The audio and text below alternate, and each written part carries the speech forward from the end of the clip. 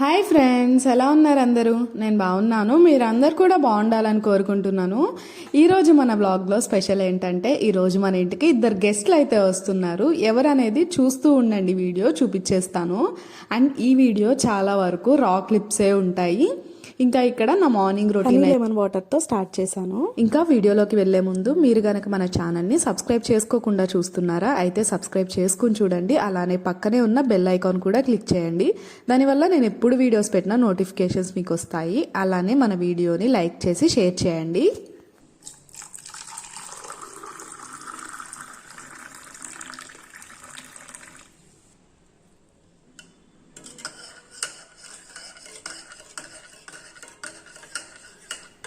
ఇది వచ్చేసరికి ఫ్రైడే రోజు తీసిన వ్లాగ్. ఇంకా ఈరోజు ఫ్రైడే కాబట్టి పూజ చేసుకోవాలని కొంచెం డేనైతే ఎర్లీగా స్టార్ట్ చేశాను.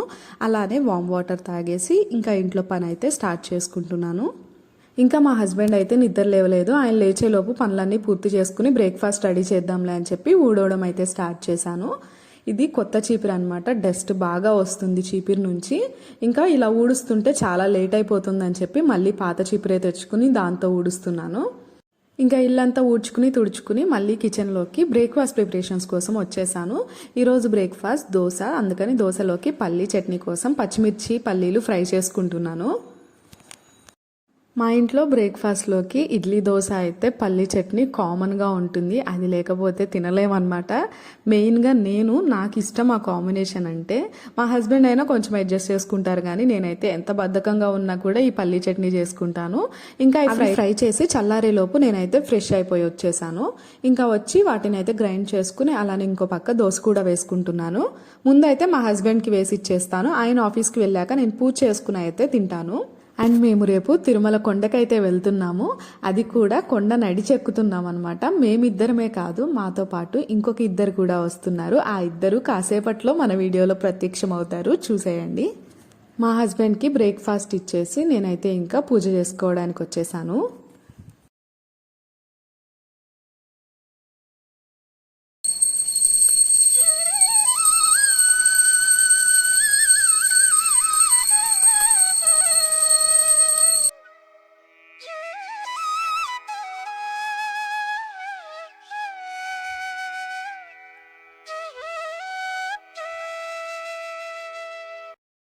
నా పూజ అయ్యేసరికి మన ఇంటికి ఫస్ట్ గెస్ట్ అయితే వచ్చేసారు. మా ఇంటికి రోజు స్పెషల్ గెస్ట్ కదా. ఈ అబ్బాయి మీకు ఆల్రెడీ మీరు మన వ్లాగ్స్ ఫస్ట్ నుంచి చూస్తున్నట్లయితే తెలుస్తుంది. సాయి మా మరిది, మా హస్బెండ్ వాళ్ళ తమ్ముడు అనమాట, బాబాయ్ వాళ్ళ అబ్బాయి. తను హైదరాబాద్ లో ఉంటాడు. మేము హైదరాబాద్ లో ఉన్నప్పుడు వీకెండ్స్ లో వస్తున్నప్పుడు నేను మన వ్లాగ్స్ లో చాలా సార్లు అయితే చూపించాను తనని. తను కూడా దర్శనానికని వచ్చాడు. తనకు కూడా మొక్కుందనమాట. అందుకని చెప్పి ఇప్పుడు మేము వెళ్తున్న అందరికీ కూడా రేపు కాలినడకన మొక్కుంది, అది తీర్చుకుందామని మేమైతే ఇలా ప్లాన్ చేసుకుని వెళ్తున్నాము తిరుమలకి.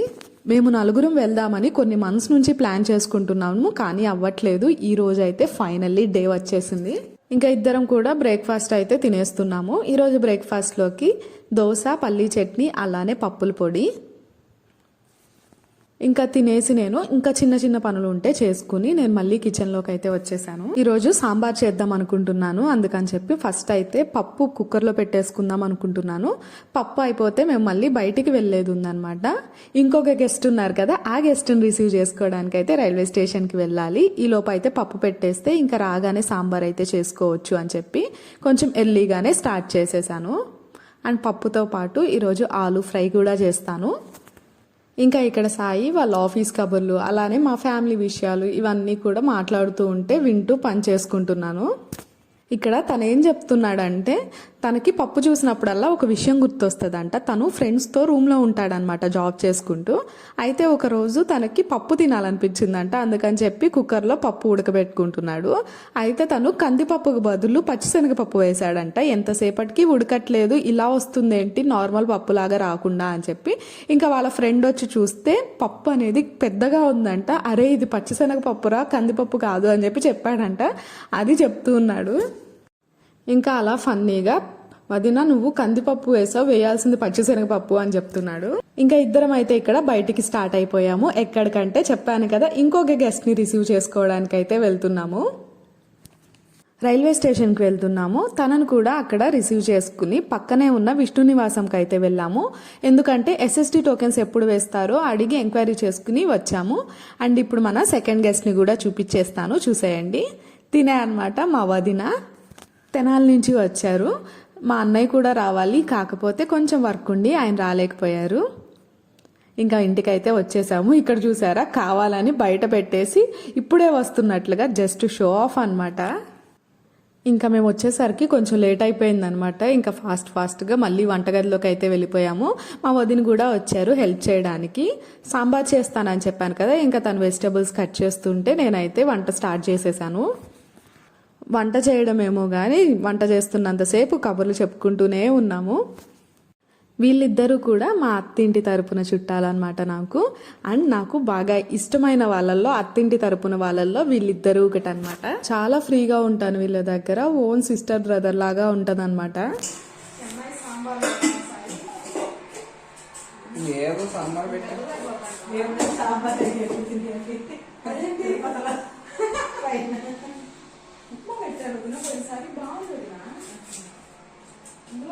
ఇక్కడ చూసారా మా upma sambar discussions.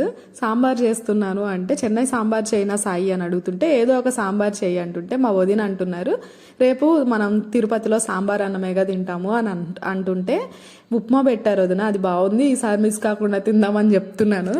And next vlog కూడా మిస్ కాకుండా చూడండి. మేము తిరుమల కొండ అయితే చాలా బాగా ఎక్కాము, ఎంజాయ్ చేసుకుంటూ ఎక్కాము. కాళ్ళు నొప్పులు వచ్చినా కూడా మధ్య మధ్యలో ఆగి ఏదో ఒకటి తినుకుంటూ అయితే వెళ్ళాము. ఇంకా ఇక్కడ సాంబార్ స్టార్ట్ చేసి ఇంకో పక్క రైస్ కూడా పెట్టేశాను.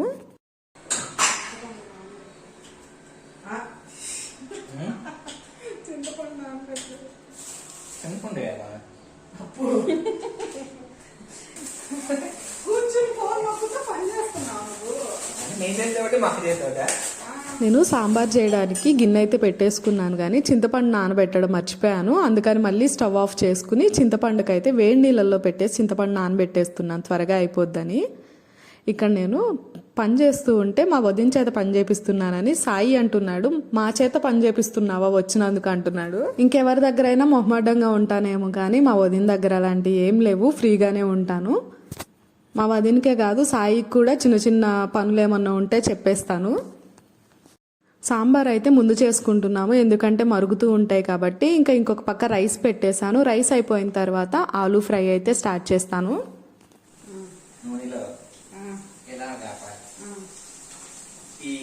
ఫస్ట్ కొన్ని ఆనియన్స్ వేసుకోవాలి. ఆనియన్స్ బ్రౌన్ కలర్ లో వచ్చేదాకా ఆగాలి. ముందు ఆగలేదు దాని తర్వాత ఏముంది, దాన్ని ఏమంటారు, పొటాటో తీసుకొచ్చి దీంట్లో పడేసేసి చెప్పేయడమే. ఈ అబ్బాయికి పెళ్లి సంబంధాలు చూస్తున్నాం, అట్లా కూడా బాగా వచ్చి ఎవరైనా మంచి పిల్లలు ఉంటే కామెంట్ చేయండి చెప్పు. చెయ్యండి. అన్నకు వచ్చి పోతుంది నెలైనా సరిపోదు. కెమెరాకి అడ్డం ఉంచుందా నువ్వు? Sorry friends. ఇప్పుడు అటు స్మెల్ అయితే రావట్లేదు. ఇది కట్ చేస్తా, ఇది కట్ చేస్తా. ఇది నేను చేయలేదు, టేస్ట్ చూస్తా మీకు చెప్తా. ఈ అబ్బాయి ప్రాసెస్ ఎక్స్ప్లెయిన్ చేస్తున్నాడు అని చదువుతూ ఇప్పుడు అది మ్యూట్ చేసి డిమార్ట్కి వెళ్ళాం. ఎనర్జీ బార్స్ ఏమన్నా దొరుకుతాయేమో అని చూస్తే దొరకదా. ఏంటిది? ఎనర్జీ బార్స్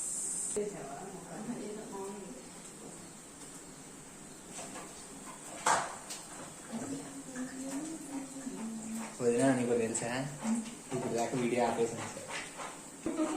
కావాలని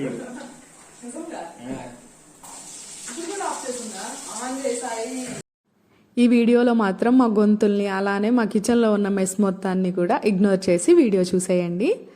వంట అయితే కంప్లీట్ అయింది. మా హస్బెండ్ కూడా వచ్చేసారు. ఇంకా నలుగురం కలిసి అయితే లంచ్ చేస్తున్నాము. లంచ్ అయిన తర్వాత అందరం కాసేపు పడుకున్నాము. వాళ్ళు జర్నీ చేసి వచ్చారు కదా, పడుకున్నారు. వాళ్ళతో పాటు నేను కూడా మంచి నిద్ర అయితే వేసేసాను. నిద్ర లేచిన తర్వాత మళ్ళీ బయటకైతే వెళ్ళాము. ఎక్కడికంటే రైల్వే స్టేషన్ దగ్గర ఉన్న విష్ణు నివాసంకి మళ్ళీ వెళ్ళాము. ఎందుకంటే టోకెన్స్ వేస్తామన్నారు ఈవినింగ్. ఒకసారి వెళ్ళి చెక్ చేసుకుందామని వెళ్తే నైట్ 9కి వేస్తా అన్నారు. అందుకని ఇంకా వచ్చేసాము. వచ్చేటప్పుడు కొంచెం స్నాక్స్ అయితే తెచ్చుకున్నాము, బొబ్బట్లు అలానే వెజ్ పఫ్ తీసుకొచ్చాను. నేను అమెజాన్లో ఒక మైక్ అయితే ఆర్డర్ చేసుకున్నాను. అదైతే ఫుల్ వీడియో అప్లోడ్ చేస్తాను, డీటెయిల్స్ అన్నీ, అలానే షార్ట్ కూడా పెట్టేస్తాను.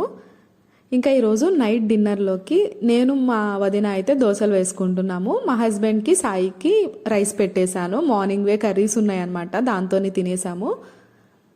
ఇప్పుడు 9 అయిపోయింది టైము, బయటికి వెళ్ళాలి. అదే టోకెన్స్ వేసుకోవడానికి వెళ్ళాలని చెప్పాను కదా, అందుకని చెప్పి కొంచెం తినేసి వెళ్దాము, మళ్ళీ అక్కడ ఎంత టైం అవుతుందో తెలియదు కదా అని చెప్పి ముందైతే తినేసి బయలుదేరిపోయాము. మాకు ఎప్పుడు 300 రూపీస్ దర్శనం టికెట్స్ అయితే చేసుకుంటాం కదా, ఈసారి అయితే మాకు ఎప్పుడు వెళ్దాం అనేది ఎగ్జాక్ట్ డేట్ ప్లానింగ్ లేదనమాట. అందుకని మేము టికెట్స్ అయితే బుక్ చేసుకోలేదు. అందుకని SST టోకెన్స్ వేయించుకోవడానికి అయితే వెళ్తున్నాము. తినేసి అయితే స్టార్ట్ అయిపోయాము. అక్కడైతే చాలా క్రౌడ్ ఉంది. మాకు ఇక్కడే టోకెన్స్ వేయించుకోవడానికే 2 అవర్స్ టైం అయితే పట్టింది. కానీ నలుగురు ఉన్నాం కాబట్టి మంచిగా ఎంజాయ్ చేస్తూ మాట్లాడుకుంటూ అయితే వెళ్ళాము. చాలా రోజుల తర్వాత నలుగురం కలిసాం కదా. ఈ SST టోకెన్స్ అయితే తిరుపతిలో 3 చోట్ల అయితే వేస్తారు. రైల్వే స్టేషన్ దగ్గరున్న విష్ణు నివాసంలో, బస్ స్టాండ్ దగ్గరున్న శ్రీనివాసం, అలానే అలిపిరి దగ్గరున్న భూదేవి కాంప్లెక్స్లో అయితే వేస్తారు.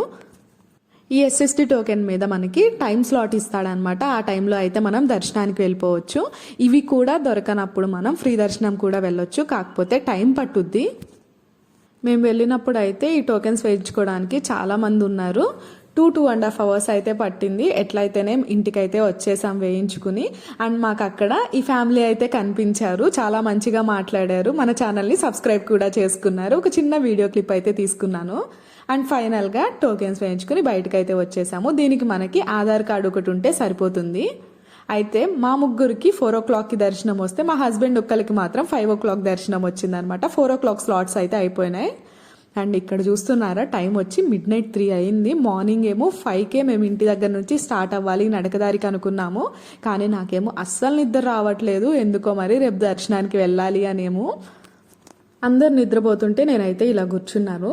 ఇంకా ఈ వీడియోని ఇక్కడితో ఎండ్ చేస్తున్నాను. వీడియో నచ్చినట్లయితే please do like, share and subscribe to Jodi vlogs. And don't forget to press the bell icon for further updates. Thank you for watching. Bye.